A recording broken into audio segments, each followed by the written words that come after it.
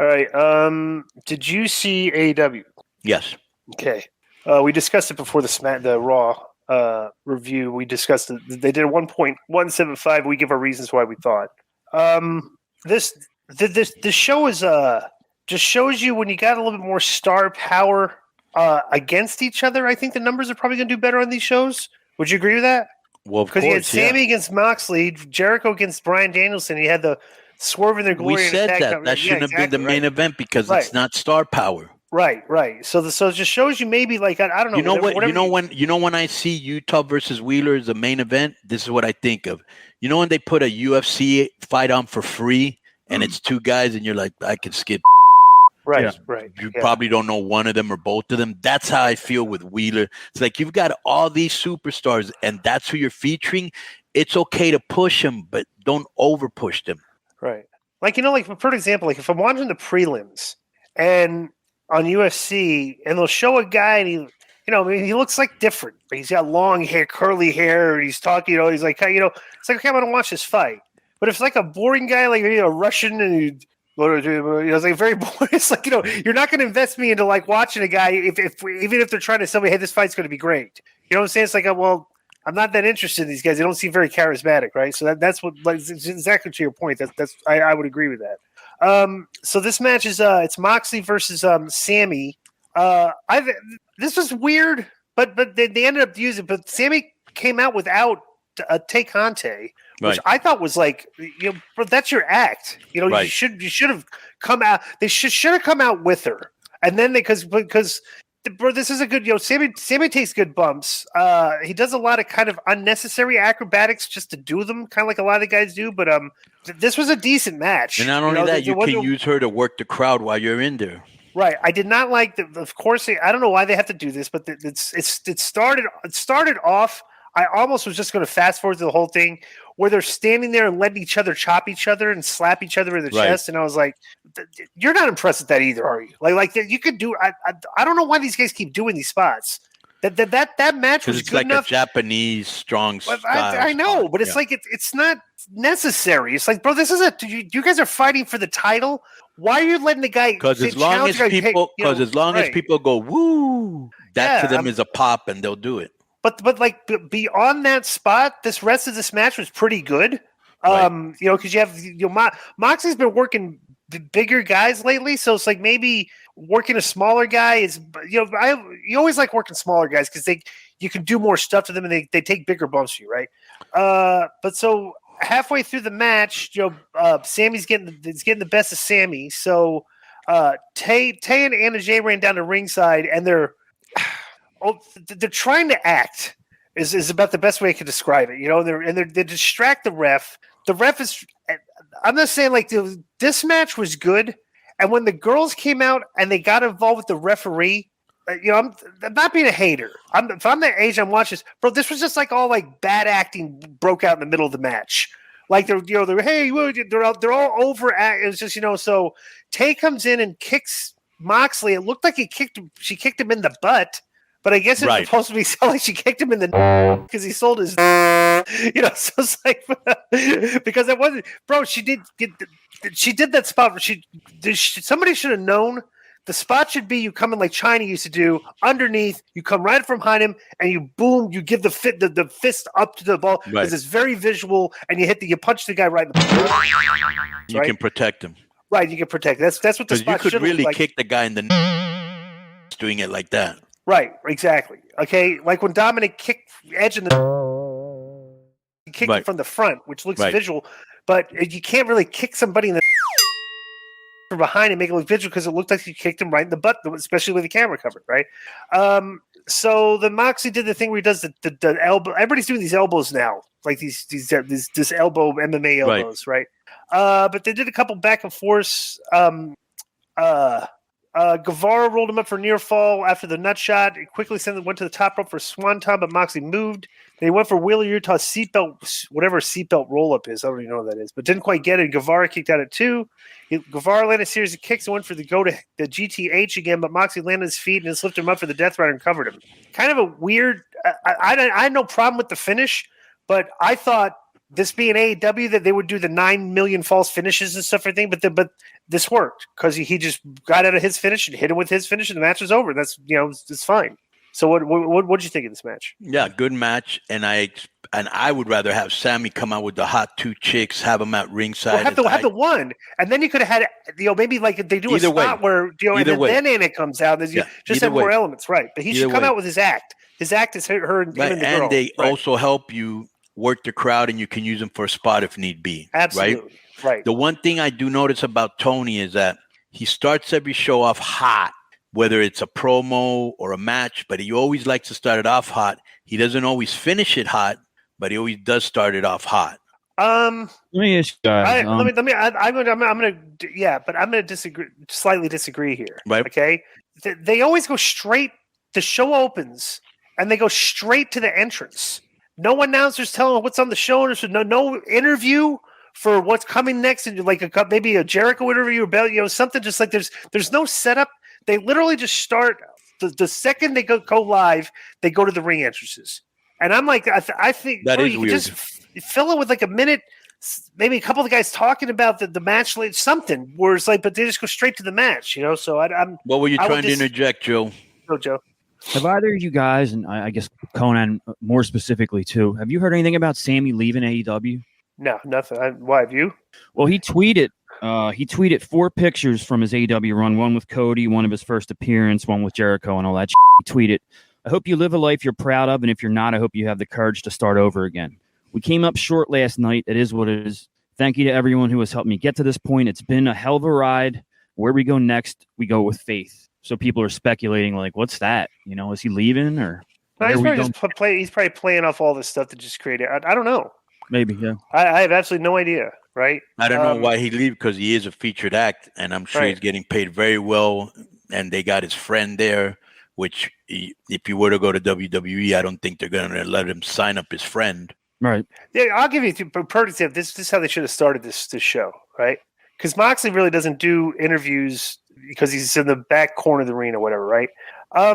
This would have been this is how they should have started the show. Okay, Sammy and Jericho are both in title matches. They're all part of the Jericho Appreciation Society. You should have done a promo from their locker room. Talk them giving their point. They got matches. Okay, what if we fight? Just whatever. And then you go to Danielson and Moxley, and they cut a promo. And they talk about like, hey, we got So now we know there's 2 factions. That 2 of the guys are fighting 2 of the guys from the other faction, and the winners will fight each other next week. That should have been a promo segment to start the show. Would you agree with that? Yes. Yeah, that's what they should have done. So MJF comes out. This is oh boy, I'm gonna love what you see what you think of this, okay? Because I'm very opinionated. MJF comes out and he's getting. I'm not good with for the cheap heat. However, it kind of worked this because he was getting pretty much 100% babyface reaction here. Okay, so he comes out. He basically told Albany to keep their fast mouth shut. He basically healed the crowd because because he was getting cheered. Okay, so I guess he's right. You got to. I'm a heel. You got to. I guess when they're doing that, you got to shut them down. So I was fine with that. Right. He said Moxley looked like a man that had no fear and that pissed him off. He said he wasn't the same man they were the last time they got in the ring together.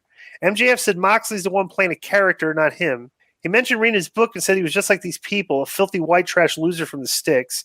MJF told Moxley that he took and built a great character, and that's why these morons cheer for you every week. And MJF said he knew deep down that he was still the same scared little boy from the slums of Cincinnati, but now he's old enough to drown his childhood trauma in alcohol. He gave him credit for beating his disease, but said his brain is more dangerous than his disease. MJF continued to say the same applies to Danielson or Jericho. Bad things happen to people who get in his way, and he made sure to let the crowd know that it was his title. MJF recalled Moxley describing a demon who told him they didn't deserve anything he had earned since he left the slums of Cincinnati. And he told Moxley that if he isn't careful, he'd find out that MJF is in fact that demon and that he is not one that is easily slain. All right, I'm going to give you that. So that's basically his promo. Okay, but I want to talk about that part of the promo until we get to this next thing. He's kind of giving this promo is basically setting up that he's assuming that Moxley's going to win the title. Did you find that bizarre here a little bit? Yeah, I don't. It's like it's like they're telling everybody they know how this ends, and I'm like, that's a weird tone that he would take as a character. Now, if you're assuming you don't know what's going to happen next, you know what I'm saying? So I would have framed the verbiage a little bit differently. That just Moxley, if you get that title, you and I, or maybe I want you, regardless if you win the title. Because he set up an angle here with Moxley, and Moxley's in this title tournament. He hadn't won the belt yet, which I thought was a weird, tone of the interview. Do you agree with that? Yes, and I also, as you know, we're both big MJF fans, and his promos. This was not one of his better promos. I just felt he did a lot of screaming and cheap heat. Right. But you brought up a good reason why. Right. And I know it's hard to always deliver a good promo. Right. But there's not a lot of substance here because he's talking about his angle coming up with Moxley, but the guy's he hasn't even won the belt yet. So I was like, all right, whatever. So, all right. So Konnan, let me ask you real quick, and I don't think Disco answered this before, but when we first heard about the tournament, Konnan, you said that you put the belt on Brian. Is that still the way you feel, or would you maybe go with Mox based off his performance? You know what? Maybe this is set up for what's his name screwing Moxley over so Brian wins the belt. They need some kind of story for it. Yeah. Yeah. All right. All right. So then MJF turns his attention to our boy Stokely Hathaway and said he had more talent in his little finger than you pieces of have in your entire bodies. He then introduced him as the Firm. Stokely entered the ring with W. Morrissey, Ethan Page, Lee Moriarty, Austin Gunn, and Colton Gunn, who, with the exception of Page and Morrissey, were all acting and overacting like indie guys, is about the best way I could describe it, right? But the best part of this is Stokely grabbed the mic and then MJF just got out. Bro, there's no way MJF was going to stand in the ring with that crew and be associated with it. He just left. Okay, so which was smart, right? Did you agree with that? I didn't look at that, but if that's what happened, so that's funny. He just left. Okay, right. So that's all these guys are in the ring, like the B team, right? Right. So all right, so bro, this was like the longest interview in the history of professional wrestling, right? That I couldn't wait for it to end. Okay. Stokely said this will be one of the rare times they are seen together because when they aren't MJF's support system, they'll go their separate ways. He describes himself not as a publicist or a manager. He's a friend with connections to get things done. Stokely said he does his best work when he's hanging out and listening because blackmail is what wakes him up in the morning. Stokely went through his crew and spoke about their desires. He said he knows Morrissey wants respect and told him that he would get it and that he loves him. And then he hugged him, and Morrissey no-sold it. And then he hugged him again and then Morrissey sold it. Stokely then told Lee Moriarty that he would restore honor to the Ring of Honor Pure Championship. He told the Guns they would stake out territory of their own away from their broke-ass daddy. Stokely said that he's known Ethan Page for 10 years and been both bitter enemies and friends, and he said he knows he wants to represent his beautiful country of Canada and win the All-Atlantic Championship. And basically, that's I don't know why MJF has to be associated with this group at all. This is these are guys that they're going to be wrestling for the Ring of Honor belts and stuff is what it sounds like. And that's that's the deal. What do you think of this? You would think the way I talk about Stokely, I hate him. I don't know him. So I'm just stating, not hating. But bro, long-winded, non-entertaining. He doesn't look like a boss. There's no alpha about him. He's very short. Right. He doesn't command respect. He doesn't seem like the sharpest. He's got a high-pitched voice a little bit. Yeah, you don't go away thinking, wow, what a real smart guy. And, bro, they have a penchant for sticking the most random people together as a shoot. Nobody in that group except for the two brothers looked like they hung out with each other, okay? Right. First of all, Morrissey looked like a homeless Kevin Nash. He was just standing there. Right, he did, yeah. Like he was on meth or some with a stringy hair, The Guns were kind of acting like Ethan Page needs nobody to talk for him. And he's interested in the Atlantic title, by the way, just so you know. That, right. I'll let you. So this is what I was watching. Why wouldn't you be interested in the world title? Yeah. When I was watching this, and they were coming to the ring, and they were all dressed like the Gun guys had their shirts off. The Page had the shirt buttoned down to the belly. Right.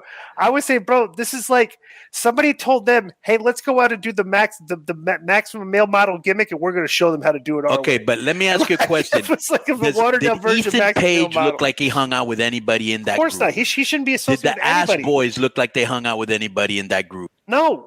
Nobody looked like they hung with just the two brothers. That was it. Let me ask you a question. When you're watching them, who are your eyes diverted to mostly? Like who sticks out in that? I'd say Ethan Page.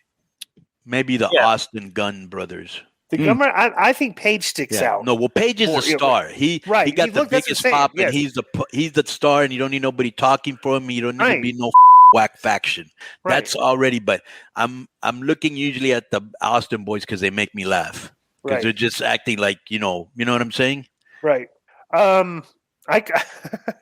I can see them doing a promo one day and like they just get aggravated with Stokely Hathaway. Yeah. And the Morrissey guy picks him up over his head and just throws him out of the ring, and Page takes the mic and conducts the rest of the interview. You know? And let me tell you, I like the Guns, bro. I can't believe they haven't found anything for them because they're very entertaining. Right.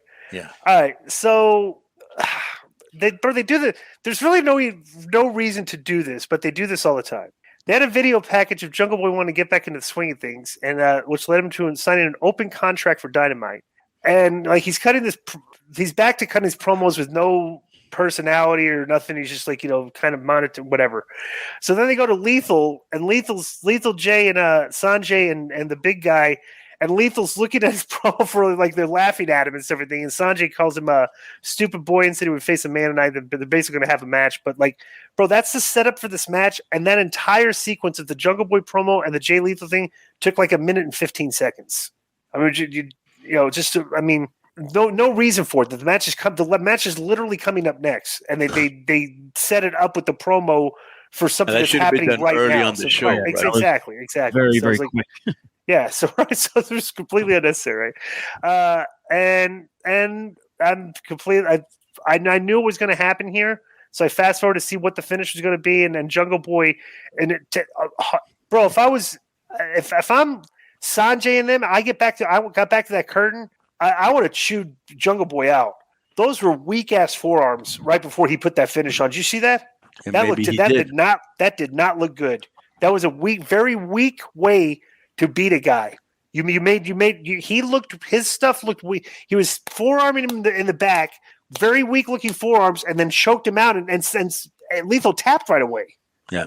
As I buried Lethal because it does not look like a menacing finish because he was getting these weak shots. It's very he has no way of knowing how weak they look. I know he did right, exactly. Which he buried can't Lethal. See him, right. He buried him. I'd be like, go back, bro, you buried the guy. You got to lay that, make it look more menacing because the guy's tapping out for you right away. He's doing the job, right? Yeah, it's like right. Well, I will say about Jungle Boy is that he has gotten better at selling. Before he didn't know how to elicit any pain or anything like that. I like that Singh or whatever the his name is adds nothing, and I do mean absolutely nothing. Hey, Steve, he might be another guy like the Aaliyah girl that is for the Indian community, but bro, he doesn't do anything. And the funny part is, and I said this last week, when he finally got a chance to do something, got his ass whooped. Right. This guy's tremendous. All right, so this is hysterical because this was awkward outs and awkward intros. Okay. So they show a training montage of Hook and Action Bronson and to make me interested in this thing against 2.0, which is they would have been better off interviewing 2.0 after that. After they should have showed that training video of Hook and Action Bronson and then showed 2.0 watching the monitor and just let them kind of scathing promo on these guys because it looked Hook goes, we'll be there. It said something weird like one line, we'll be there next week or something. Just this is lame. So then, bro, not only that, did you see how dark that was shot? Right. You could barely see them. I know. It's very weird. Yeah. So then they do a very quick edit right to the worst act on TV, in my opinion, who's the greenest guy on television, is Alex Marvez. Okay. And Alex Marvez introduces it to his terror. What's the best way to describe Alex Marvez? He's obviously green, but he's just a green and atrocious, right? So he introduces. Yeah, colorless, overacting, overexcited. Joe Feeney. Bland, monotone. Yeah. I mean, Joe Feeney Jr.-ish. Well, Joe is far more charismatic than Alex Marvez. No, he's not. Joe's a better actor than Alex Marvez. No, he's not. Absolutely. No, he's not. You're giving him way too much credit. So they introduced the guy from the internet, this Luigi Primo, the pizza wrestling guy. I love this guy. They should have left him on there more time. I think I pop when I see him. It's atrocious. I think that is hilarious. So bro, this is how hilarious I think it is. I'm actually thinking, because I think he lives in San Antonio, bringing him to a TJ show and see if he gets over. Oh, my God. Ethan Page quickly just booted him. Serious. I love that, yeah. Okay, and he said he's the only one that takes things seriously around here.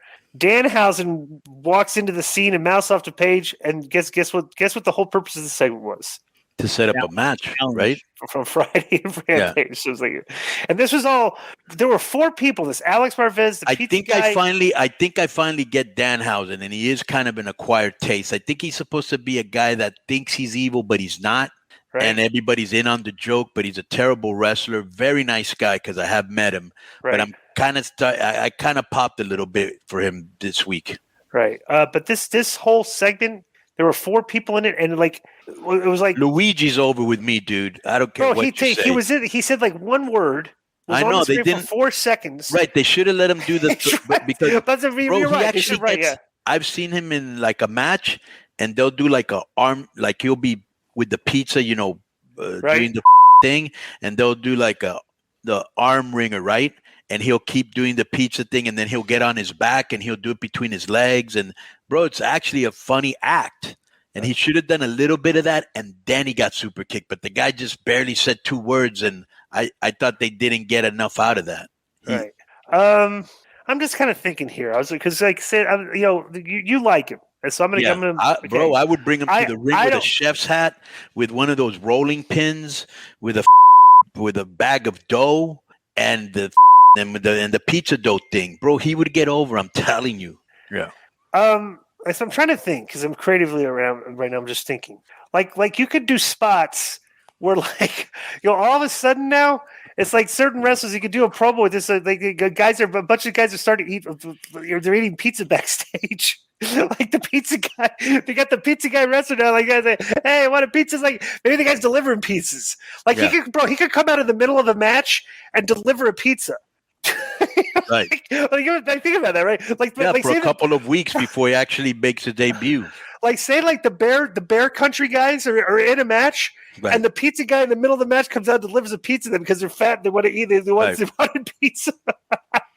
That would be a way to get the guy over. And it's easy as this. One day somebody doesn't pay him or tries to rip him off, and yeah. Okay, yeah. I mean, if you're gonna have a comedy act, like it's there. I still think they're completely miscasting their comedy characters. You could take Jay George and make him the comedy guy in your show, and he'd be better than all these guys. But so okay, so set match. Then we go another quick edit, like out of that.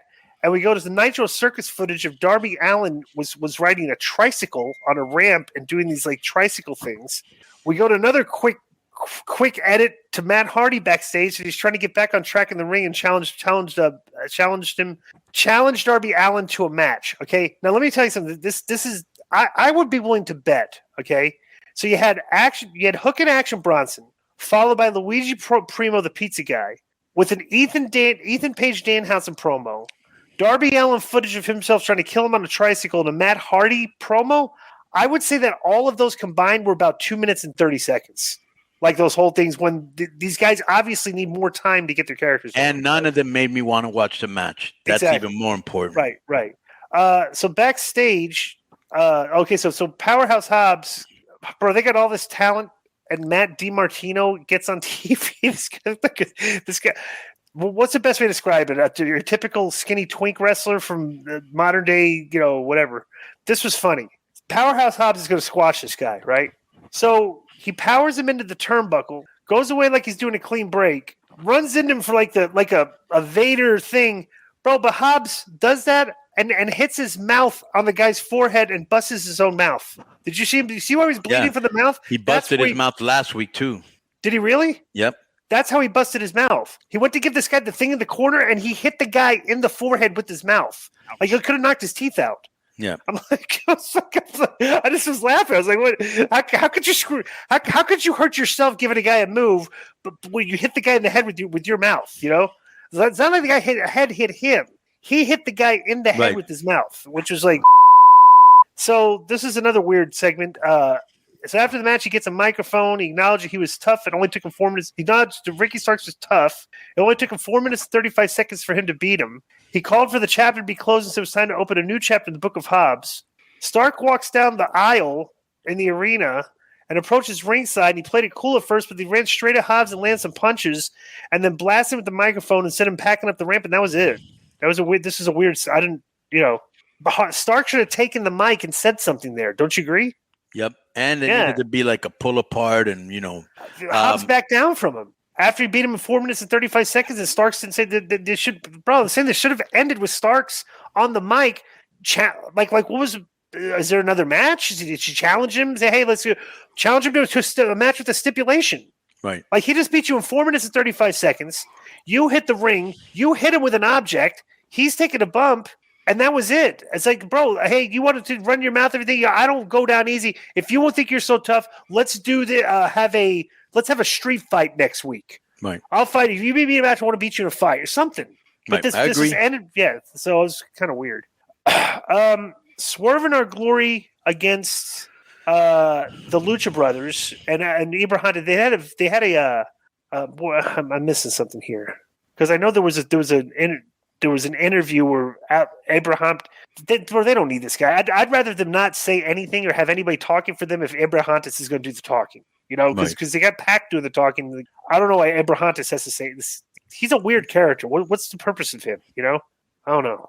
It's like a male cheerleader kind of gimmick without the pom-poms. You know what I'm saying? Yeah, right. And it's like, I guess he's over a little bit because his crowd, like, because they're baby faces, but, okay, I did not.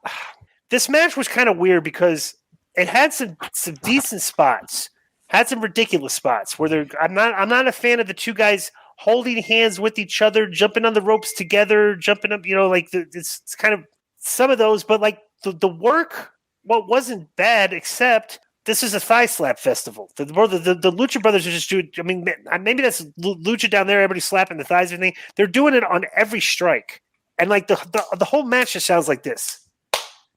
Like there's just a smack and a slap at that like every 15, 20 seconds. It's like I'm not a fan of this, but I did like the way they set the spot set up where the spot they did where they went into the Canadian Destroyer that he gave to what's his name to Keith Lee was actually set up decent.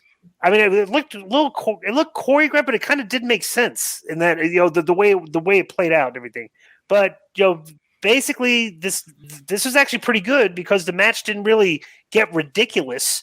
It won 8 minutes, but it was 8 minutes of the crowd was into it. This was an action-packed 8 minutes, and I think if they would have done the typical thing where they do 13 and 14 minutes, it probably would have taken away from this.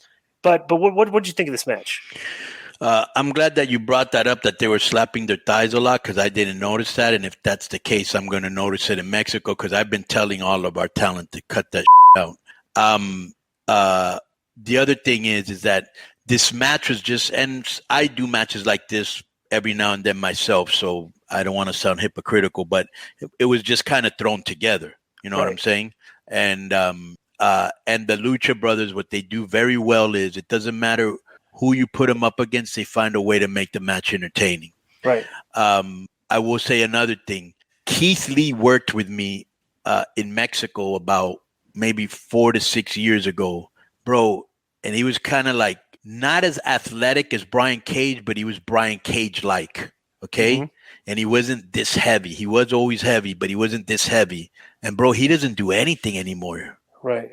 Yeah, he's really gotten big, and he's not as agile as he used to be. He's just not. I think he's kind of resting on his laurels, or the fact that he's still kind of an agile big man, and people are like, wow, for a big guy, he's agile, but he used to be super agile. I don't mind that though, because maybe if he's getting bigger, he's working more like a monster instead of that's true too. Yeah. Right, because they did a couple this is actually good psychology, right? Penta would smack him, and Lee would just club him with a forearm. Club him with a forearm, but Penta would bump.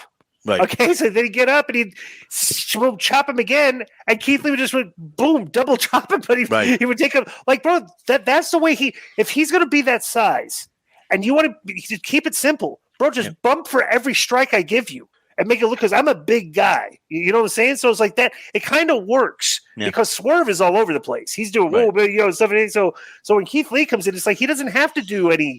Like you said, he's gotten too big to do the athletic stuff, but you don't for your character. You don't have to, right? Doesn't have to, right? Exactly. So let me read you guys something from this article here, because Keith Lee's wife had a tweet, and so I'll give you the background and stuff. It says here, Dave Meltzer reported a few months after Keith's release WWE management, led by Vince, wanted the former NXT champion to trim down and lose some weight. However, Keith battled some serious health issues last year, with it being feared that he may even lose his life at one stage.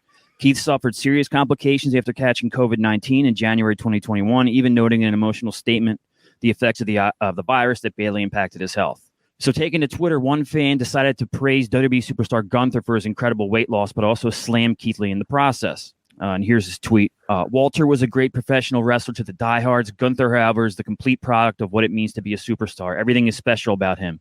He did what Keith Lee refused to do, and the results are in the presentation. So Mia Yim, rather. Mia Yim. Responded to the fan.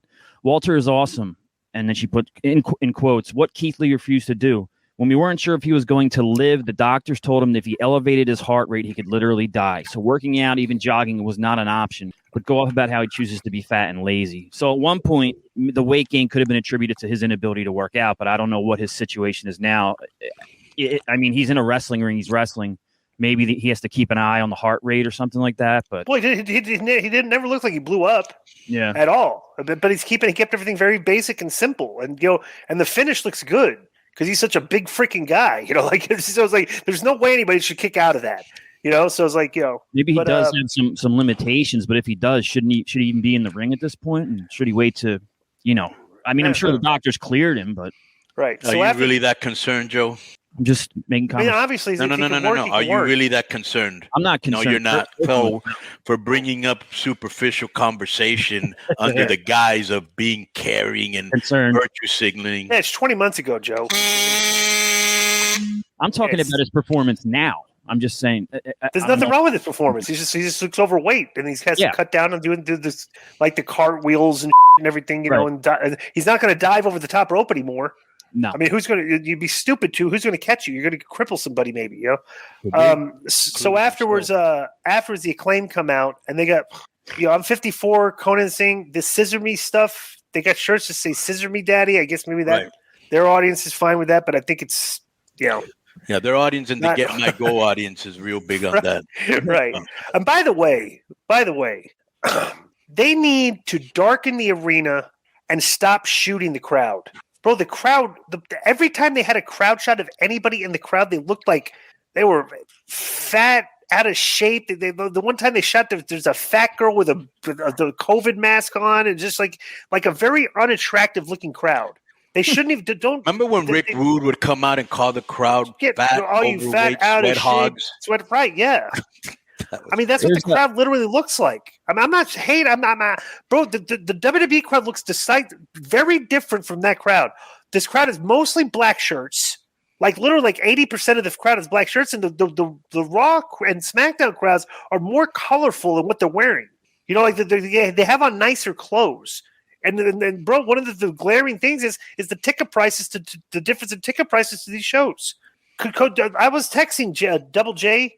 And I was talking, we were texting about ticket prices. Bro, he said their C shows, like C towns are doing like $250,000 gates because they're selling the tickets for like $140 and like the nosebleeds are $80, stuff like that. Like these tickets are much cheaper, which is why you get a cheaper looking crowd into the shows, and you don't need to be shooting the crowd. And they do it, and I'm like, ugh, What were you trying to say, Joe? Go ahead. Along the lines of that "Scissor Me Daddy" chant and T-shirt and all that, there was another shirt people pointed out on Twitter that it's "Pin Me War Daddy!" ! Now, if you're a male fan and you're wearing the "Pin Me War Daddy" shirt or chanting that or making signs, that's a little. Pin Me War Daddy. There's also another shirt going around called "Plank Me Joe," and that's also you could get them at Joe's T-shirt store. What is plank? And Joe will be very happy to plank you. Yeah, you buy a shirt, I'll do anything. Don't say that. This was hysterical. This next thing was hysterical.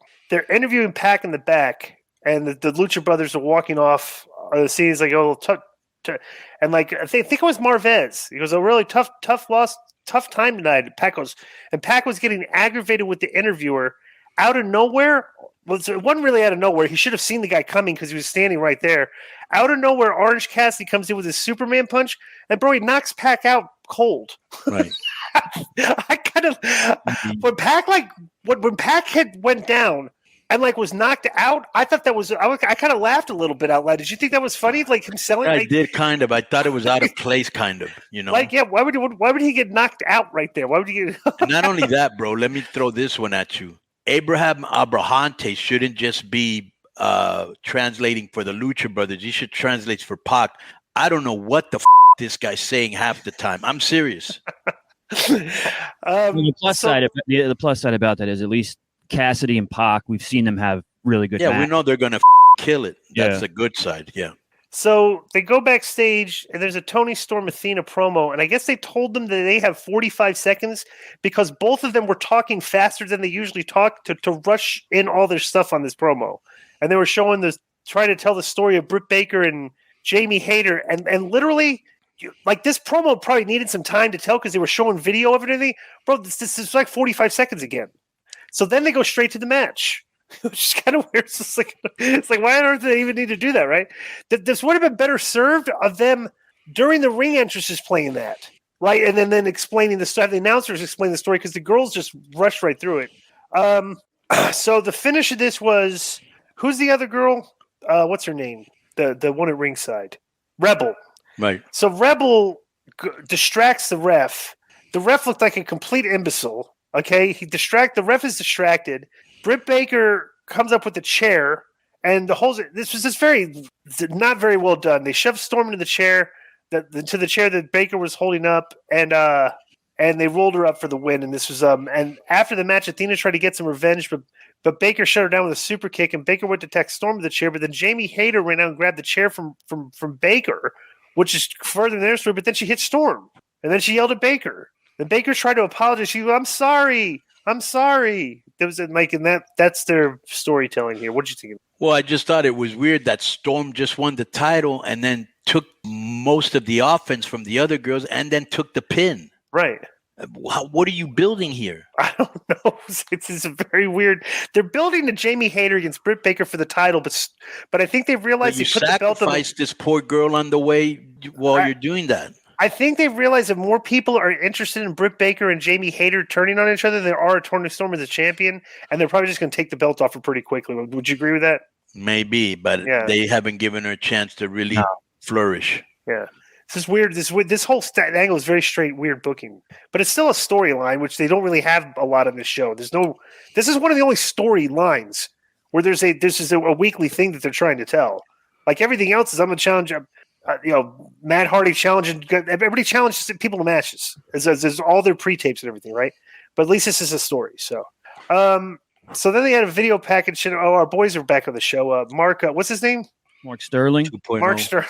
Mark Sterling's there with Josh Woods, and they're talking about Samoa Joe. And then what was this? 45 seconds because they have a match on Rampage. They do all these promos, these 45-second promos to set up the matches on Rampage. And I'm like, guys, you realize it's like you're completely wasting your time because Rampage is not drawing anything, and it's definitely not drawing. It's drawing nothing, probably because you're not building anything because these things are too short. Would you agree with that? Because this is 40. None of these make me care about the matches, which is probably nobody watches the show. You can't build a match in 45 seconds. The only guy that can build a match in 45 seconds is a guy like Cross.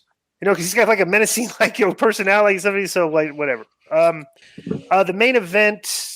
I was watching this and fast forwarding through some stuff but bro, these guys are just this is a good match because it's more the work I like, structured, making sense, a lot of selling. Like I said, bro, the matches like these stick out when you got guys like Jericho and Bryan Danielson because bro, there's way more selling than the other matches, like way more, and there's good storytelling. So Jericho pulled him towards the center ring, attempted a spinning toe hold. Danielson sent him into the turnbuckle, but Jericho reapplied a figure four. Danielson punched his way free and applied the label lock after a struggle, and he sunk it in deep, and Jericho was forced to tap out. And so Bryan Danielson wins, and then Moxley comes in the ring, and they shake hands and have a stare down because they're wrestling each other next week. So what did you think of this? Well, you're talking about two of the best entertainers of our era, and they could have fit in any era. I mean, these two are great. What they do, they always do it at a high level, and this was no exception. Okay, well, people were in, and this is a main event marquee match. Right. I guess there was bro, they completely missed out on this too. Daniel Garcia should have been involved in the finish Instead, they just show him after the match and he endorsed Danielson getting the win. Right. And I was listening to Dave and Brian like talking about this and saying because Daniel told Jericho, you need to, because he won fairly and you have to win fair. So, I mean, like whatever storyline is going over my head because it's, Daniel Garcia should have done something and accidentally screwed Jericho on the finish. If you wanted to continue the story, because this, I don't even know. That's what WWE would have done. Exactly. Right. Like this was no storyline or nothing. They're trying to make a storyline by shooting Daniel Garcia in the back after the match. That's the thing. Like, you make stories and then you don't capitalize on them. It's like, then why do you even bring it up? Right. Like, why is this guy? It's like he hasn't been involved in the last two matches. Right. After being like involved before, like I don't know, it's just weird, So, but the show did a good number, and I think one of the main reasons is, bro, when was the last time you had like two of the top 5 guys on their show, the 5 highest paid guys on their show, wrestling each other in the main event? How long has it been? Months? I don't know. I mean, bro, these are your main eventers. These are your $1 million guys. Every week, you should have your $1 million players in the main event, and you will draw more people because they're the ones. That's what they're getting paid for, to draw numbers. So, and hopefully Tony will figure this out and continue putting your main stars in your main event. So that's what I would say about that. So, Konnan, did you prefer this match, this main event, or their pay-per-view match? The pay-per-view match.